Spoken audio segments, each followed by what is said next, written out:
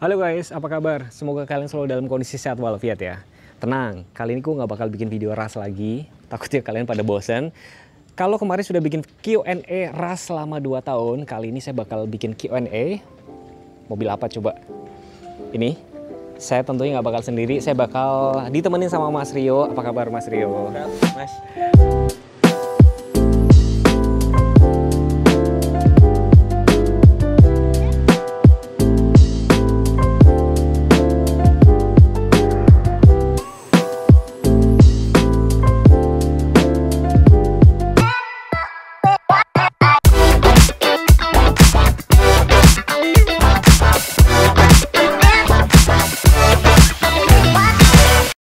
Jadi gini Mas Rio, thank you waktunya. Jadi kemarin saya sudah bikin Q&A ras selama 2 tahun. Kali ini bikin Q&A. Jadi mobil yang mungkin sudah sebulan, 2 bulan. Udah berapa lama nih berarti? 1 tahun lebih lah Mas. Setahun lebih udah bisa menggambarkan lah ya pengalamannya, kelebihan, kekurangannya. Mas Rio, ini keretanya berarti tipe Prime, Ya. One Tone ya? Ya, One Tone. Kilometernya berapa Mas? Kurang lebih 13.000 Mas. 13.000. Saya tanya nih Mas. Ini yang pertama dari Oppi Andrio 2098. Saya sudah test drive kereta dan New HR-V 2023. Menurut saya lebih enak bawa kereta karena nyamannya itu luar biasa menurut saya. Maaf, saya bukan sales. Bicara apa adanya sesuai dengan apa yang saya rasakan. Betul apa salah nih? Betul Mas. Oh, betul. Artinya betul gini, memang kalau secara eksterior itu subjektif ya Mas, saya suka atau tidak sukanya. Tapi kalau secara nyaman, kebetulan saya juga pernah pakai HR-V yang RS, yang turbo. Enak sih ya, lebih enak pakai yang kereta ini.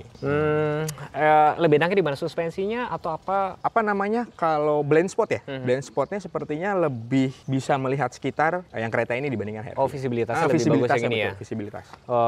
Oke, jadi kalau soal model itu subjektif ya. Mungkin orang selera suka nggak suka.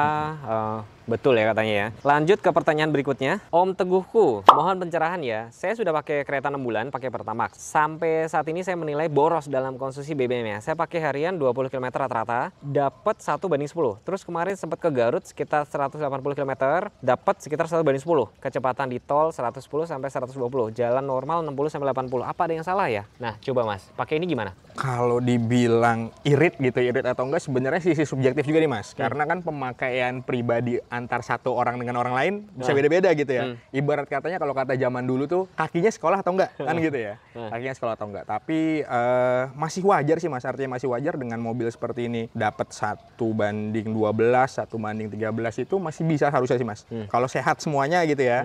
Dengan servis rutin yang bagus dan sebagainya, 1/13, 1/14 harus bisa dapat sih. Masih wajar sih. Oke, pertanyaan selanjutnya. Dari Roni 007 Johar 5. Review kereta, terutama kelemahannya. Nah, ini langsung sama ownernya nih. Kelemahannya aja nih Mas, kita tanya Mas. Kelemahan. Rem kali Mas ya. Remnya kenapa Mas? Terutama ketika lagi musim hujan nih, lebih cenderung cepat kotor gitu. Jadi ada suara berdicit dikit gitu. Tapi saya pernah tanya ke dealer juga dibersihkan. Pada saat itu sih aman gitu. Cuman memang intinya mungkin solusinya steam yang diangkat kali ya gitu agar bersih dari sisi remnya sih. Berarti kotor. Berarti kalau musim tertentu. Musim tertentu betul. Oke, kalau kita ngomongin kelemahan, kita ngomongin kelebihan. Itu fitur yang paling bermanfaat gitu misalkan. Pasti kalau saya itu kan seneng sama yang namanya nggak capek gitu Mas ya. Iya. Otomatis beberapa kali saya tes memang adaptive cruise controlnya sih Mas.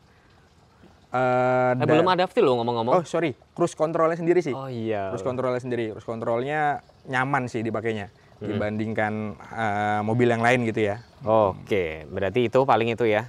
Dari Nirvana Huea, saran aja, jangan semua dibandingin sama mobil sendiri. EKRAS, bandingin sama yang sekelas. Terus di section tes suspensi, gak ada statement kesimpulan suspensi Yaris Cross ini gimana? Empuk atau keraskah? Dibandingin kereta atau HR-V enak mana? Dan seterusnya. Jadi yang nonton jadi bingung, nebak-nebak sendiri. Jadi memang waktu itu saya sempat bikin POV test drive Yaris Cross. Saya jujur kalau misalkan pakai ini kan sudah sering ya. Jadi kalau misalkan saya pribadi, ya saya bilang enakan ini. Nah sekarang Mas sudah pernah naik Yaris Cross? Belum, kebetulan. Belum ya? Berarti kita tanya ini aja nih. Gimana Mas, suspensinya enak atau karakternya kayak gimana? Suspensi itu bisa kita lihat sebenarnya kalau saya sih model kayak kalau kita lewatin speed itu ya, speed bump yang di tol itu termasuk enak sih Mas. Artinya enak, nggak jeduk yang terlalu seperti apa, lalu kekedapan daripada kita lewat speed bump itu juga bagus sih Mas. Aman ya berarti, nggak ada keluhan ya. Pertanyaan selanjutnya dari Selora TV nih. Jadi waktu itu saya bikin komparasi Yaris Cross versus Creta nih.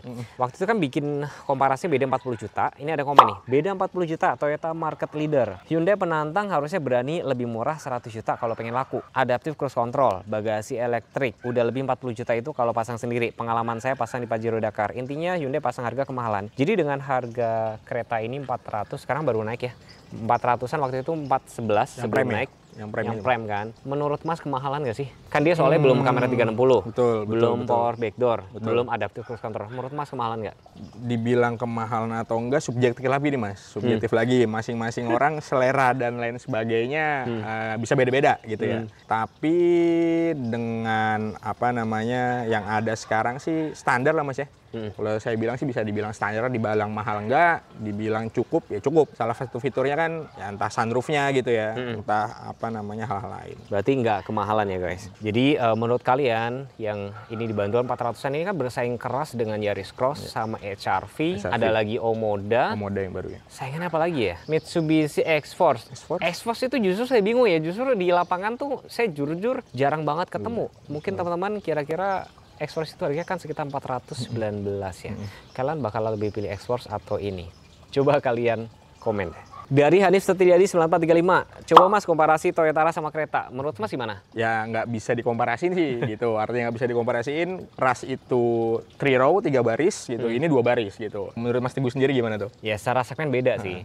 Dan kayaknya sih Toyota tuh baru sekarang latah gitu loh. Kemarin kemana aja ya? Setelah market di Indonesia tuh dikuasain sama HR-V. Ini kan paling dikompres sama HR-V kan? HR-V terus akhirnya pendatangnya baru keluar Yaris Cross, Omoda 5, Wuling ya kan? Yang terbaru X-Force kan? Ya kan?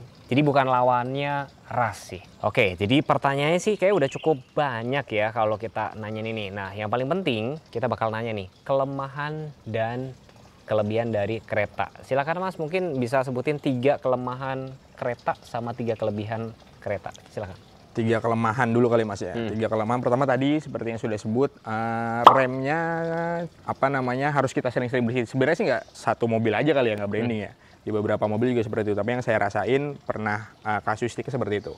Remnya harus lebih bersih. Keduanya mungkin, ini saya sempet agak kurang suka sama krum-krumannya. Jadi saya apa namanya delete krum gitu. Lalu apa ya, row belakang. Row belakang itu termasuk agak sempit sih. Sempit ya? Row belakangnya agak sempit gitu. Itu kelemahan-kelemahannya menurut saya. Sementara kalau kelebihannya, pertama visibilitas sih. Visibilitasnya lebih baik dibandingkan tadi ya disebut salah satunya dengan HR-V. Lalu kedapan kabinnya lebih bagus. Sama terakhir sunroof sih Mas. Sunroof ya? Sunroofnya itu bisa kebuka intinya kan ya. Bisa dibandingkan tadi balik lagi dengan brand lain juga nggak bisa terbuka seperti itu walaupun moonroof gitu ya, yang lainnya itu ya. Gitu sih Mas. Jadi mungkin paling saya mau tanya sekarang, saya tanya nih, kan dia belum adaptive cruise control nih Mas, belum power backdoor juga, terus belum ada lagi kamera 360. Ya betul. Gimana Mas?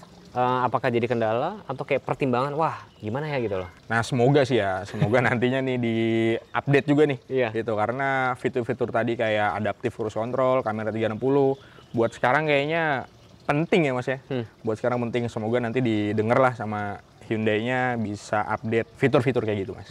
Ya buat info aja, sebelum mungkin pas video ini dibikin, saya sudah tadi baca di Instagram kan Creta bakalan facelift. Kalau tapi faceliftnya berubah total kayak gitu sih, saya pribadi, Mas kecewa nggak? Ini kan termasuk masih baru kan?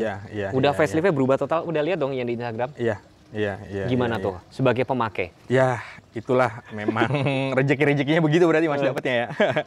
Ya overall gitu aja. Pertanyaan-pertanyaan kalau misalnya teman-teman pengen dibuatin video, Mas coba dong pemakai Stargazer 1 tahun, 1 bulan, 2 bulan, komen aja. Dan sebelumnya saya ucapin terima kasih buat Mas Rio. Siap, makasih. Makasih banyak. Di sini kami nggak ada kepentingan buat jualan dan segala macam, jadi benar-benar memberikan apa ya, tontonan, kira-kira pengetahuan buat teman-teman. Pendapat ya Mas ya. Iya, betul.